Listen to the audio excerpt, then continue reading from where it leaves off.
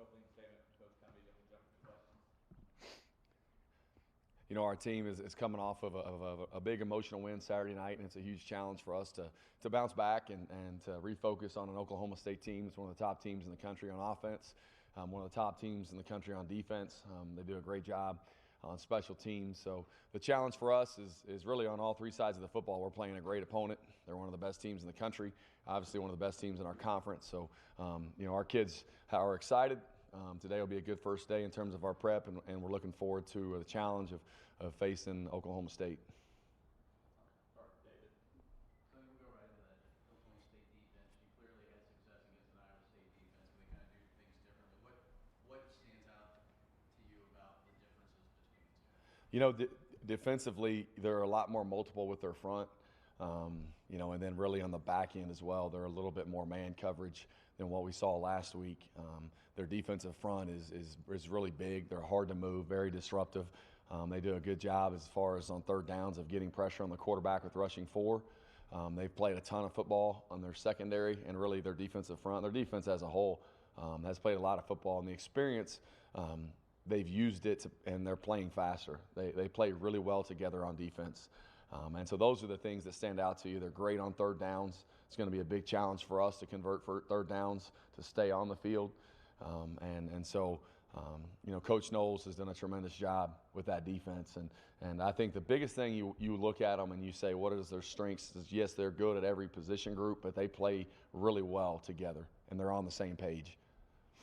Talking about the defensive line, they come into this game tied for first in the nation in sacks as well. How do you think Donovan's handled the pressure that he has seen in these last 2 games? Yeah, I think they've gotten 15 sacks in the last 2 games, and really have done a good job of getting tackles for losses as well. If you look at the negative yardage from the last 2 opponents, it really sticks out to you.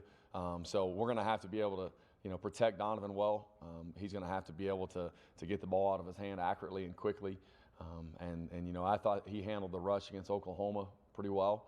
And at times you saw against Iowa State, he handled it well. You know, really going to work with him on his pocket presence this week, just as far as where his help comes from in the protection and then also in the pocket.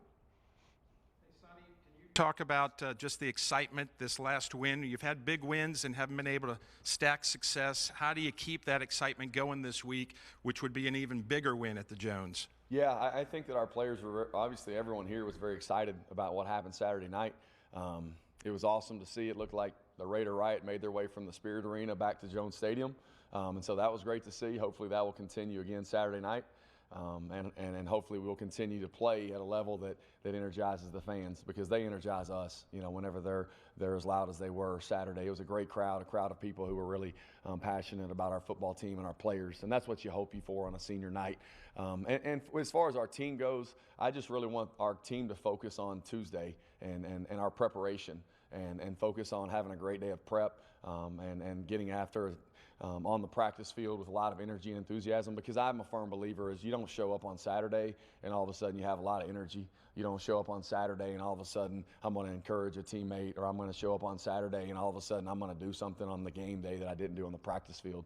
And so that's what our practices were for those last 2 weeks. They're very energetic. They're very passionate. So I know we came off of a high on Saturday, and so physically you're trying to ramp yourself back up to Saturday, and so that's what we're looking forward to, is in practice having that same spirit and having that same energy, and then we have to have clean execution. And then can you talk about this group of seniors and what they mean to you in this program? Yeah, it's a great group. A lot of kids in this class chose to come back, and in an era where it's so easy to leave, where it's so easy to go somewhere else where you may think that it might be easier, or you may think that it may work out better for you, they chose to really dig their heels in, what we talked about 3 weeks ago, and fight. And they've continued to do that this season. And their leadership, you know, their integrity, their consistency in the midst of a lot of momentum going against them has been tremendous. And I think that's what I challenged them with whenever we were in this situation, you know, 3 or 4 weeks ago, is the legacy that they will leave is really what stands out, because coaches will come and go. The legacy of the players who sit in these rooms and the memories that they make in that locker room, that's what they'll hold on to. And when they leave here, I want the younger players to say, man, that Colin Schooler every day, he freaking brought it. Every day he taught me a little bit about this or that. And our older players, that's the mark of a program that is successful, is your older players really teach your younger players, because there's a lot of things that we communicate as coaches, and we try as best we can to get our point across. But the older players, they're the ones that know the little nuances of the position of this scheme or this play of this opponent, and to really teach the younger players the way of how to handle yourself. And I think they've stood in this gap, and they've done a great job of that. And so, for them to go out senior night, a 7 o'clock game, Jones Stadium, I know we're going to have an energized, passionate crowd.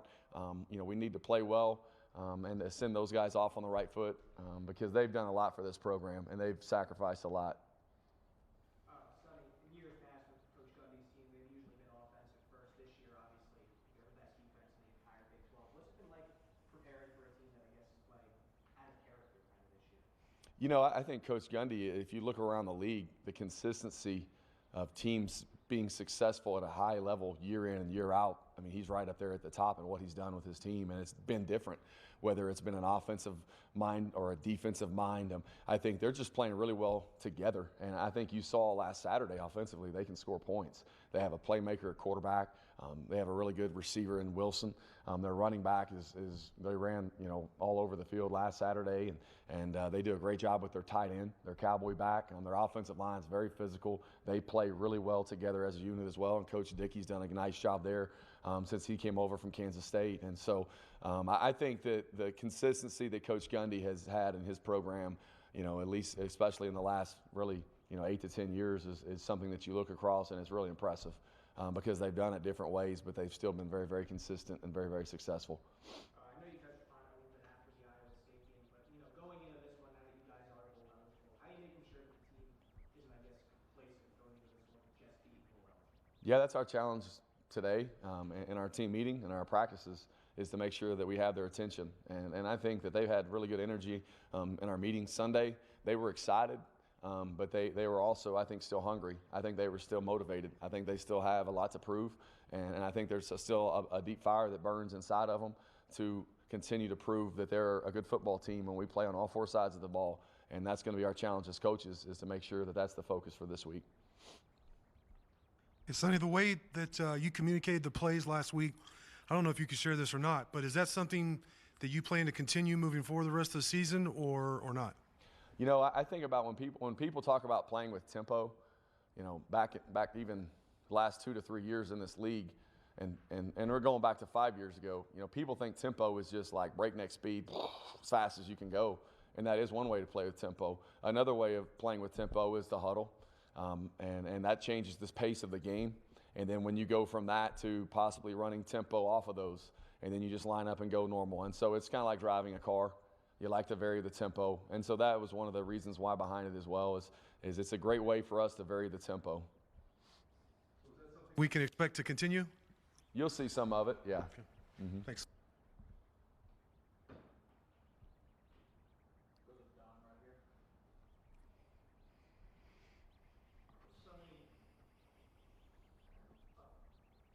Rush defense obviously has been very good this year, except for the Texas and TCU games. Oklahoma State put up some huge offensive numbers on Saturday night. I guess that's what you think of defense against TCU. A lot of that is James's run game. How big of a challenge is it to carry over what you did against Brees Hall with OSU's run game? It's a huge challenge, and you go back to those Texas and TCU games, and you evaluate them, and why did they happen? In terms of schematics, in terms of guys maybe being out of position or missed tackles, whatever the answer was, Coach Patterson and his staff have done a great job of really surrounding the ball carrier, getting a lot of bodies around the line of scrimmage, and this will be a big challenge with Oklahoma State. With their offensive line, because they're a really good group, and their quarterback's able to extend plays. He's able to run a little bit as well, but run defense, especially coming off of what they did last Saturday, and really how what they hang their hat on is going to be critical in this game. What more do you know about your tight ends availability since Sunday night? Mason and Henry, what are they going to practice today, and what are they looking like now? See, Don, you caught me off guard. I'm on your game. I thought the first question you're going to ask me was going to be about tight ends and injuries. Huh? I thought that was going to be the first one. I was ready for you, Don. You threw me off. You tried to soften me up with that question about run defense. I knew it was coming. It was just a matter of when. You know what? I would anticipate Travis Kuntz not being available, and Henry Teeter will be available. Mason Tharp will be available, barring any setbacks this week. You didn't obviously didn't look like you changed the offense because you continued to use home run. I guess 11 and 12. Or you at least had Jason Lloyd played more than he's played, and Jed kind of got his feet wet on Saturday. How did you feel about what they did in stepping in so that you could continue to kind of do what you do? Yeah, I think Jason Lloyd, I mean, man, he stepped up. I mean, guy hadn't played all year because he's been hurt, and he came back and was really physical and really an example similar to Henry Teeter, Mason Tharp. Those guys just embracing their role. And that's what we talk about our players is everyone's role is important. Everyone in this building has an important role to play. And Jason really buys into that and understands, hey, my plays, maybe 5 plays of coming across and blocking a really big guy, but I'm going to do the best that I can and be sound on my assignments and did a really nice job. Some of the blocking stuff at the point of attack for Jed, he still has a lower pad level and really the physicality part of it has a ways to go. But you saw on the 17-yard crossing route over the middle of the field, catches the ball without hesitation in the middle of about 3 defenders and takes a big hit and pops up. So he's continued to get better. Jed has as the season's gone on. He has continued to improve. He's playing behind Mason Tharp, who's a really good player, and then Travis Kuntz. And so I think those guys have done a great job of continuing to get better as the season goes on. And when their opportunity came, they were prepared for it. Now I forgot what you said. What did you say about Travis Kuntz's availability this week? I would not anticipate Travis this week. And going back and watching the game, Jalen Hutchings seemed like was kind of very key to what y'all did, particularly in the run defense, but also in pass rush. How did you feel about his game Saturday? Even going back to the Oklahoma game and on the D-line, watching Jalen, and he consistently can create pressure on the passer. He has extreme quickness off the ball. He has great leverage just naturally, and he plays with a lot of strength. And I think he does a good job of getting underneath offensive linemen in terms of his leverage and using that. He has quickness, and then also in the run game, with that quickness and ability to slant and move, that allows him to be in position at times to have tackles for loss, and then also to put pressure on the quarterback. And you saw it, at the end of the Stephen F. Austin game, and he's been so consistent all season long in terms of his effort and his plays in the trenches for the defensive line. I know you're not watching the film of the other offense in your time here in the Big 12, but Oklahoma State's run game, no matter who the running back is, has been successful. What do you attribute that to, besides great offensive line play? Yeah, I think that's a big part of it is their offensive line.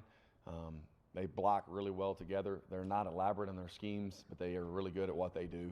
And then I think that also in their run game, they do a really good job with their cowboy back, incorporating him into the run game and their running back. And so when you watch them, it's really they're in phase with each other, in terms of what they're trying to do and from a schematic standpoint of how they're trying to attack defenses in the run game. They're all on the same page, and the back and where his fits are in terms of where the offensive line, are ID'd, and they do a really nice job. And they've done that. They've been that way for a long time.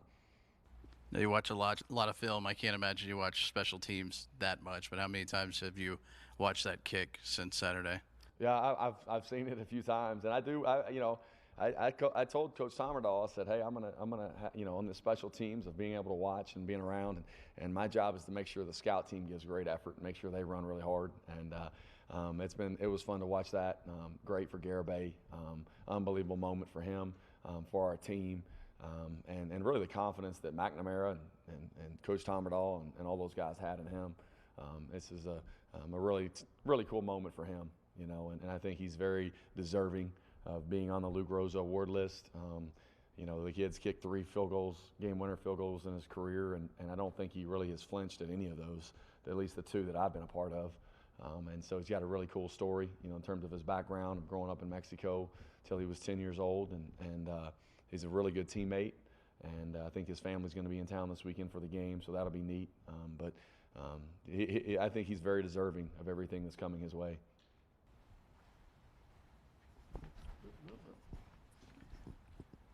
Sonny, speaking of the field goals at the end, I assume you had to be pretty pleased with how y'all ran, not the 2-minute offense, but the 1-minute offense, both at the end of the first half and at the end of the game, with guys being efficient and getting out of bounds. That was really two of the biggest drives of the game. When you think about big moments in the game, it was the end of the first half and then the end of the game, of our guys being able to get a stop, hold them to that field goal. You know, Preston Pearson doing a good job of assisting me with the time management on the sideline in terms of using the timeout. So when we get the ball back, we have a minute left. And a minute in the college game is a long time, really, in terms of stopping the clock after first downs. And our guys did a really good job of operating it. And for Donovan being a redshirt freshman in that game, in that arena for the first time, in terms of getting the ball out of his hand quickly and doing the things that he did on those last two drives was very impressive.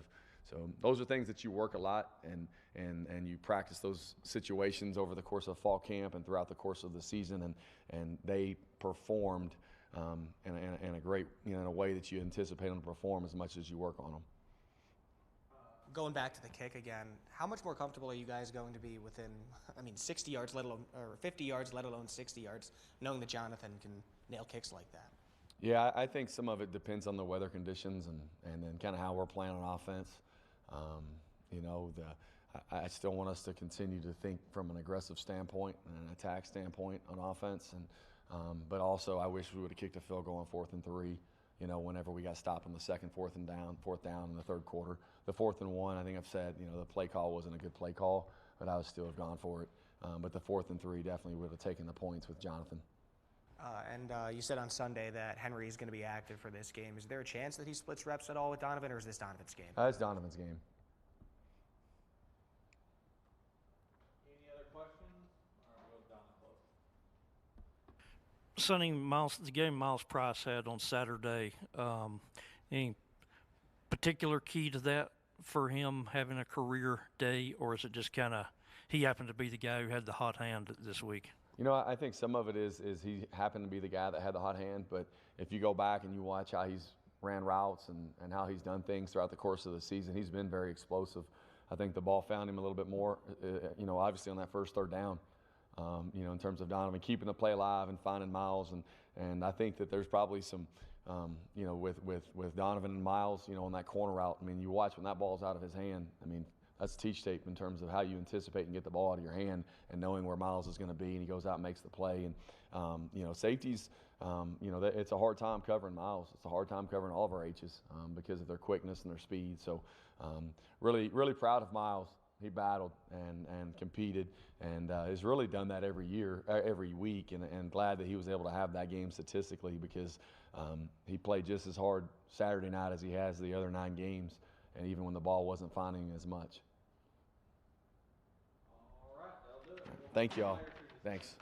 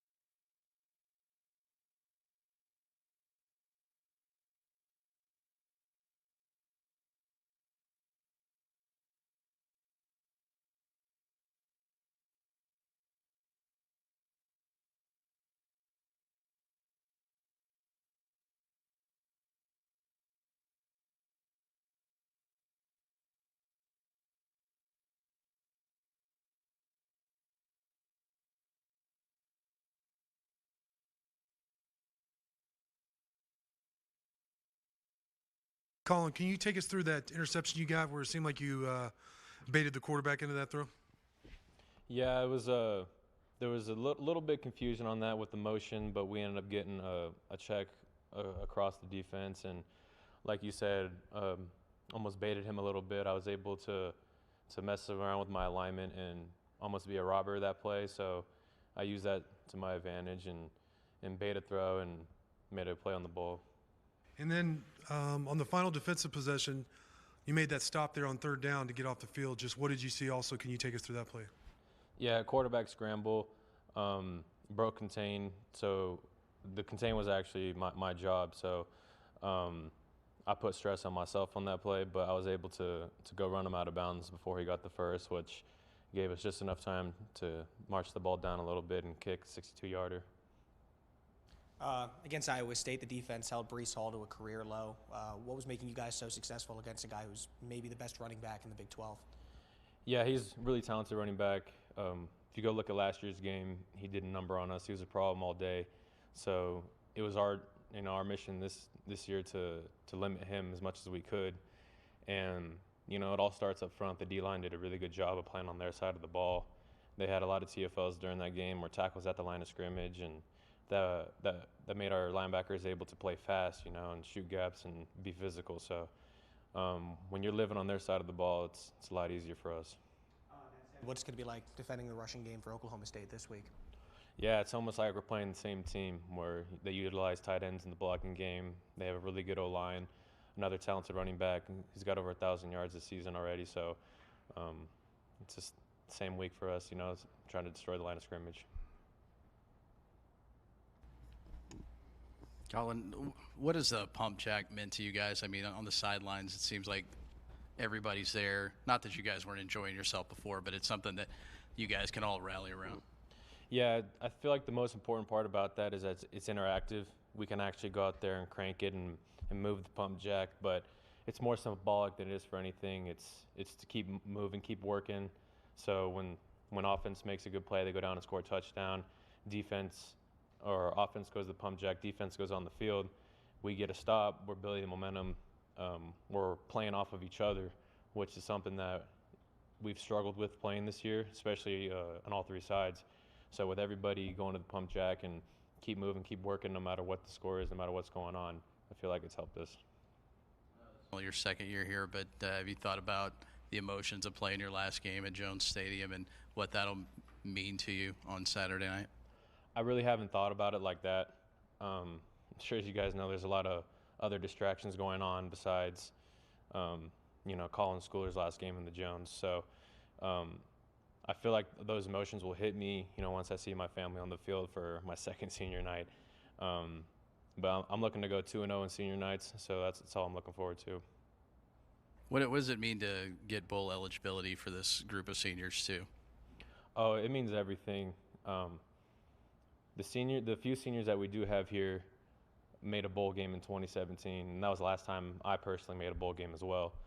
So it's no fun being at home in December watching everybody else play. So I know that means the world to sending out our seniors going to a bowl game and going through that experience, and it sets up the next year really well too for the younger guys. And I know that extra practice helps out a lot of the younger guys too develop. So it's overall really good for our program.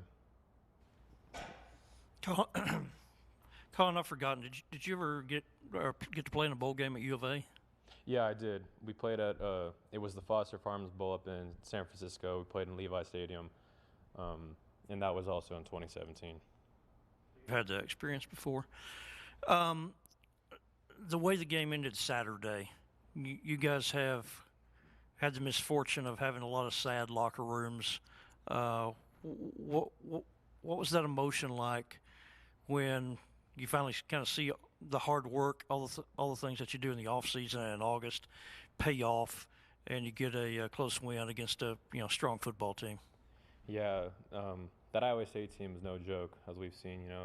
They beat Oklahoma State, who's in the college football playoff conversation.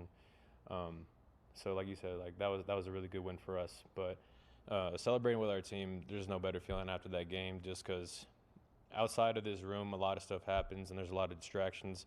So we made it a point this week to focus in on winning the game and focus in on, Coach Patterson talked about the seniors, a lot of us that chose to come back, everybody that's here every single day, that gets here at 5 a.m. and leaves at 9 p.m., and sacrifices time with their families to help prepare us. So going through all that preparation and work and practice and getting a win as a result, there's no better feeling than that, and celebrating it with a group of guys that, there's about 100-something people out there on the field, and we got over 150 in our program, so doing that is really special. Did you go home on Saturday night and watch Brendan's game? I did. I was able to go home and catch the end of the second quarter and the second half. Obviously, most people around here are rooting for Kansas in that game. I'm sure you're one to see your brother do well. What was the emotion like when you had just had a big victory and then he has a disappointing loss? Yeah, it was a very emotional day for me and my family as well. I will never say that I'll root for Texas, but I will root for my brother. So I hope he does well every single game, and everything that he does, he always has my full support, and he knows that. But yeah, it was really tough seeing him be so down after we were just so far up. So I mean, but we talked Sunday, and you know, us continuing our success and then bouncing back is something that we talked about. So, like I said, I'll always root for him, but I'll never root for Texas. Anyone else have a final question? All right. Thanks, Colin. Appreciate it, guys.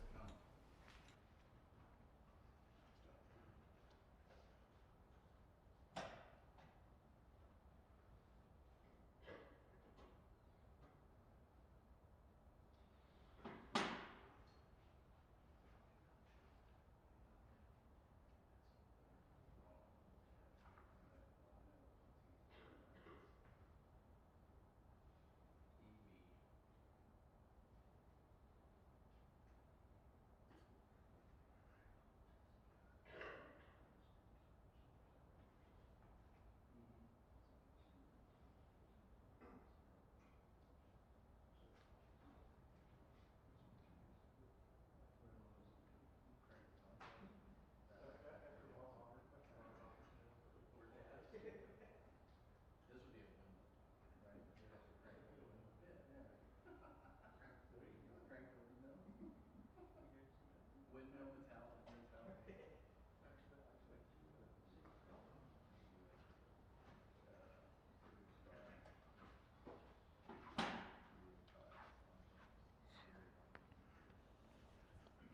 Go ahead, Mason. Kick us off. I mean, I see you're wearing the shirt already. What's it mean for you guys to be bowl eligible? It means everything. We've worked for everything for this. And, you know, we've had ups and downs throughout the season, but we stayed to it and stayed together through it all. And you see it, well eligible. Something I asked Coach Cumby before too. How are you guys staying focused on not, I guess, being satisfied with just being bowl eligible and wanting to finish out these next two games strong? Man, being bowl eligible means everything, but you know we didn't come here to do that. You know we came here to finish out the season strong, and you know Cumby is always discussing with us staying together and believing in each other, and it's finally playing out on the field, and it's bringing us all together.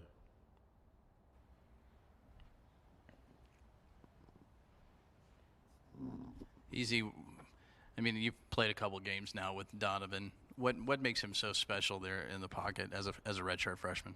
Man, me and the older guys are out on the field with him, and you know we'll run our route, and he'll get into some trouble, and he get out of it, and you know make a play by himself, and it's like, wow, this dude's kind of nice, and I told him I was so proud of him because you know after the OU game, you know he got a couple snaps in throughout the second half, and you know I told him just this is a learning experience, and build off this, and you'll be fine. And I'm glad he put it all together on Saturday. And this Saturday, you're facing another solid defense, arguably maybe a better defense in Oklahoma State. What problems do they present for you as wide receivers, and I guess doing whatever you can to get open as quick as possible for Donovan? They have a great D-line. They play man across the board, and you know they hope to get home. So Donovan's going to get a lot of pressure, and with that, you know, he's just going to have to trust us on the outside that we're going to be open on our one-on-one matchups.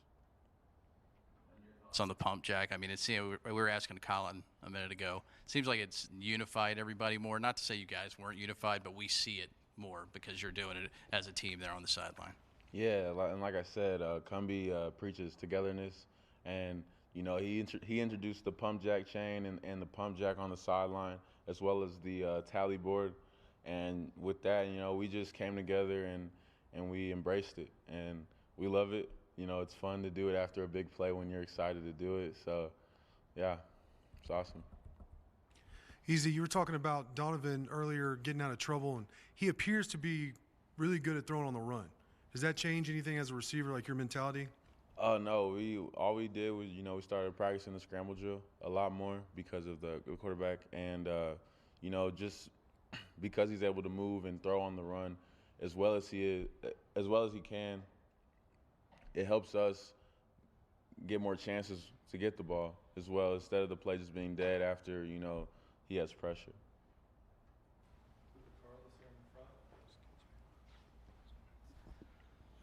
Eric, how important were those several games where Donovan was able to just kind of get inserted into the offense compared to just, you know, cold turkey getting a start? And I guess how much have you seen him grow? No, that's been a lot for him. You know, I feel like he embraced every moment he's got, and every opportunity he's gotten, he's, you know, did really well with those. And, you know, all of it came together on Saturday with all the opportunities he's got. At first, we started, you know, giving the ball, you know, run, get the first down, put Columbia back in. But, you know, him being the starting guy, he's able to read the defenses because he's already been out there. And, you know, he has good receivers on the outside, good running backs. So he has a lot of pieces that are going to help him overall. On the same lines, in terms of Miles, I know he's been getting incorporated into the offense a little bit more with jet sweeps. I guess, what do you feel kind of contributed to his good day last week? Man, Miles, he's always putting the work in. You know, there's never not one day where he's just, you know, taking a day off. And I feel like, you know, God just gave him that opportunity Saturday to, you know, showcase his talent and what he can be and what he will be. I'm so proud of him as well, you know, being a young guy. And all I can do is you know, rain, you know, happiness and motivation on them. So when I leave, you know, they have something to build off of. You've strung together a couple good games against Oklahoma State in years past. I know it's obviously a much different team this year, but what's made you so comfortable against the Cowboys? Like I said earlier, they play man, and that's probably the easiest defense you can make plays off of. But you know, they're really confident, and it's always a dogfight with us. And you know, I hope to go out there and do the same thing again. And kind of going back to Donovan under center, throwing you the ball in this one, him being a redshirt freshman, have you been impressed with how comfortable he's been in the pocket and being able to find targets like you? Yeah, you know, pre-snap, he's reading the defense. You know, he's looking at the safeties. If he likes something, he checks something to me, and it's just his pocket presence has been incredible, and I was blown away by playing with him. You know, because I've been through a couple quarterbacks here, so I can tell the difference between, you know, confidence and, you know, just throwing it up. And I could see that he's very confident in himself, and he wants to win. You could tell by the way he runs the ball. He was trying to get in the end zone. He was trying to get the first down, and that speaks wonders to me. Eric, your T-shirt there, I assume those were distributed in the building. Is that correct? So a bunch of guys have those, Yeah, obviously. the whole team has them. When did y'all get them? When did they break them out? I think the next day. I think they made them. Sunday evening, Sunday, like team yeah. meeting kind of thing? Team meeting, they said that they were going to be in our locker, and then we went back and they were in there. So. And ask Colin, you guys have had so many sad locker rooms on Saturday. What was it like to finally see, you know, that hard work, all the stuff that you do in the January and February and June and July? What was it like to finally be rewarded for that, to beat a really strong football team? Man, I was speechless. You know, all I could do was celebrate with the team. You know, before the game, Cumbie was telling us, yeah, we're going to be back here in a couple hours celebrating. And, you know, we all believed that. And it happened. And it was so fulfilling to finally feel what we felt against Houston week 1. And, you know, we want to build off that and keep going and keep celebrating after games and not being sad and being like, what can we do to get better? yeah, we're still going to do that and build off this, but we want to keep winning. So going back to the pump jack for a moment, when did y'all see that for the first time? I think he showed us a picture of it Thursday or Friday before the game. Like, yeah, this is gonna be on the sideline. You know, after a big play, go pump the pump jack, and I think he showed us a video of Huff pumping it, and we're like, okay. And then we saw it, and we're like, oh, that's cool. And then after I scored or Miles scored, we started pumping it, and the defense started getting involved, and it was just a fun deal. Any last questions? All right, thank you, everybody. Appreciate y'all.